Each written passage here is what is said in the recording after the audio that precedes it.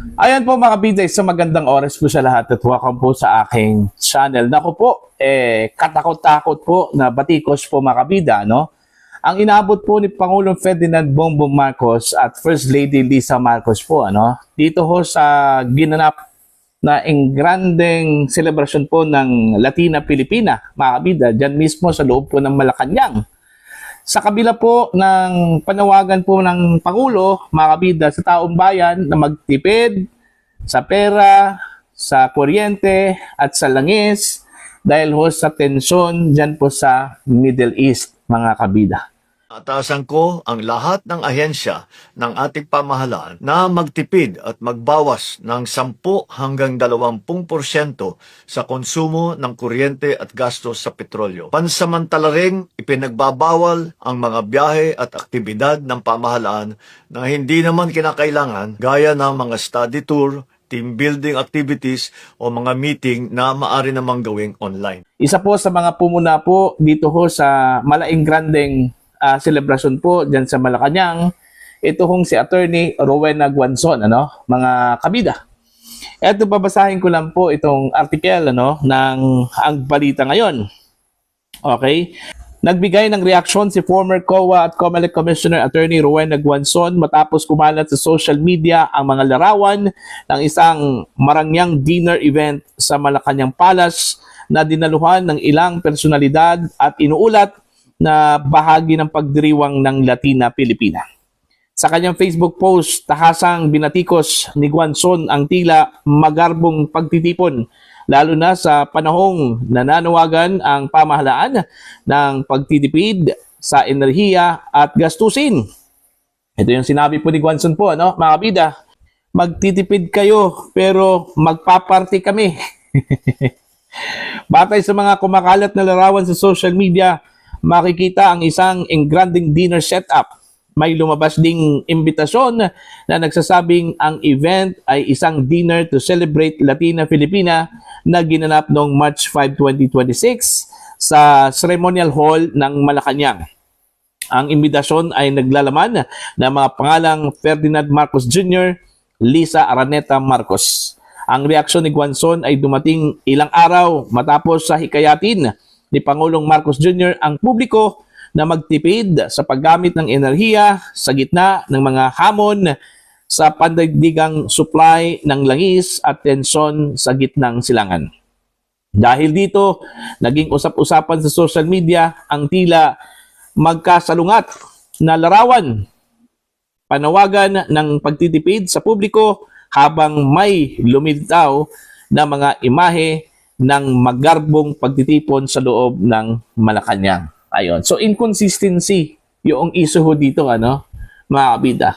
Okay? Ito hong panawagan po ni Pangulong Marcos na magtipid, okay, para sa publiko, dahil ho sa tension po sa gitnang silangan at apektado po ang Pilipinas, mga kabida, dahil ho sa pagtaas po ng presyo po ng langis, ano, produktong petrolyo, ano po, no, sa world market, ano po. Okay? Pero sa kabilang banda, iba po ang larawan po, ano, mga kabida, magarbo, engrandeng selebrasyon sa loob mismo ng Malacanang. At ang kanilang pinagdiriwang dito ay Latina Filipina. I don't know kung ano po itong Latina Filipina. No, mga kabida. Pero ang punto dito, hindi ba pwedeng simplihan lang po yung celebration kung sakali man po hindi talaga pwedeng pigilan yung celebration po, ano, mga kabida, at hindi pwedeng i-postpone? Hindi ba pwedeng simplihan lang po yung celebration na kailangan engrande po? Kasi makikita po sa setup po, mga kabida, no, base dun sa larawan po, engrande eh. Okay? Sa kabila po ng panawagan ng pagtitipid. Alright? So, kumbaga, yung salita po ng Pangulo, iba yung lumabas po. Kaya nga, hindi na po ito bago eh. Every time na meron pong sasabihin po ang Pangulo, mga kabida, no, na ganito, expect na iba po ang kinalalabasan po dito, ano, mga kabida. Kumbaga, iba yung salita, iba yung aksyon. Alright? Oh, isa po sa mga example po, mga kabida, sa magkasalungat na pahayag ng Pangulo at ang aksyon, ano, Yung sinabi po ng Pangulo mga kabida na hindi po makikipag-ugnayan po ang kanyang administrasyon sa International Criminal Court. Ilang beses po yan niya sinabi, ano, mga kabida. Pero anong nangyari?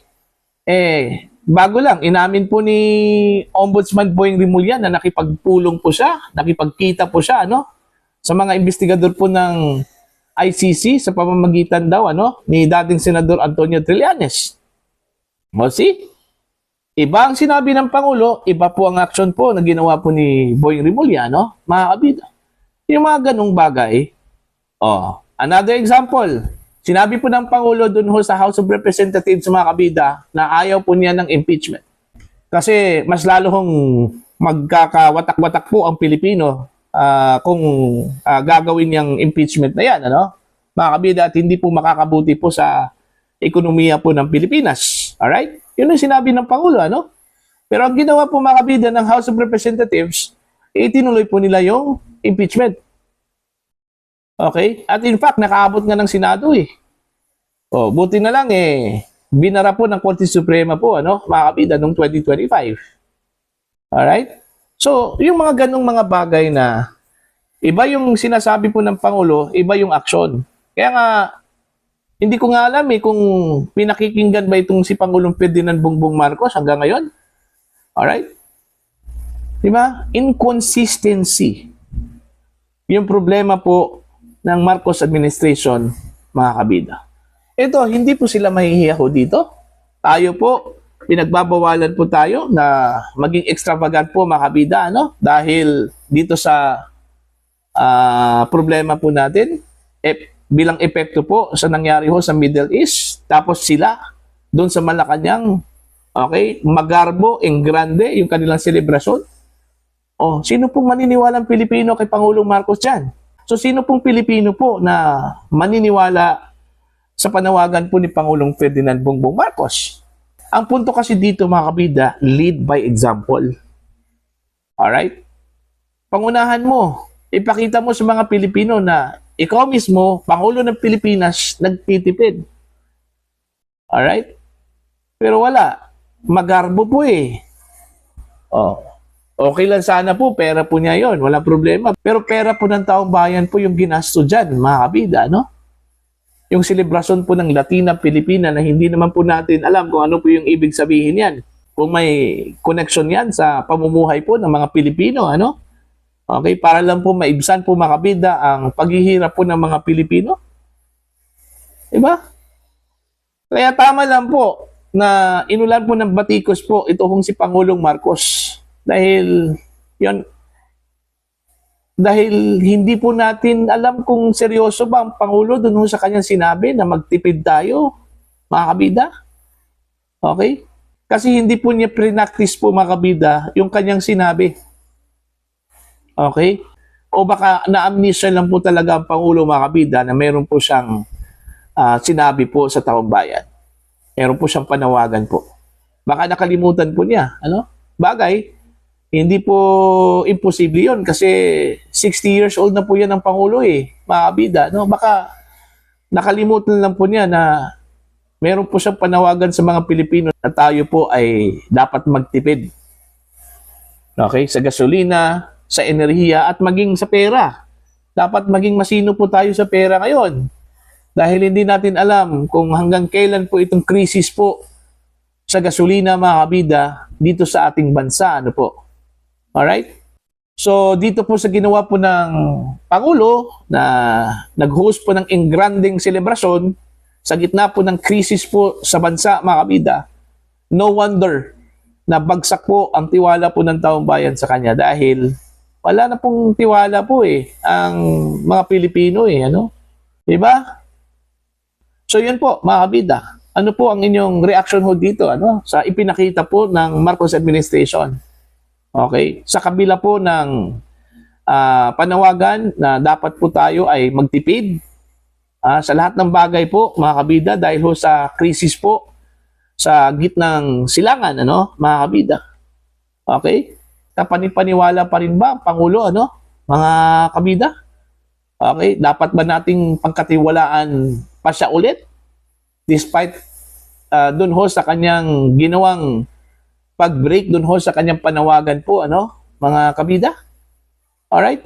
Please comment down. Sa mga hindi pa po subscriber po sa akin channel, please subscribe. Just click the subscribe button, click the notification bell, click all para updated po kayo mga kabida sa aking mga uploads. Maraming salamat po sa inyo lahat.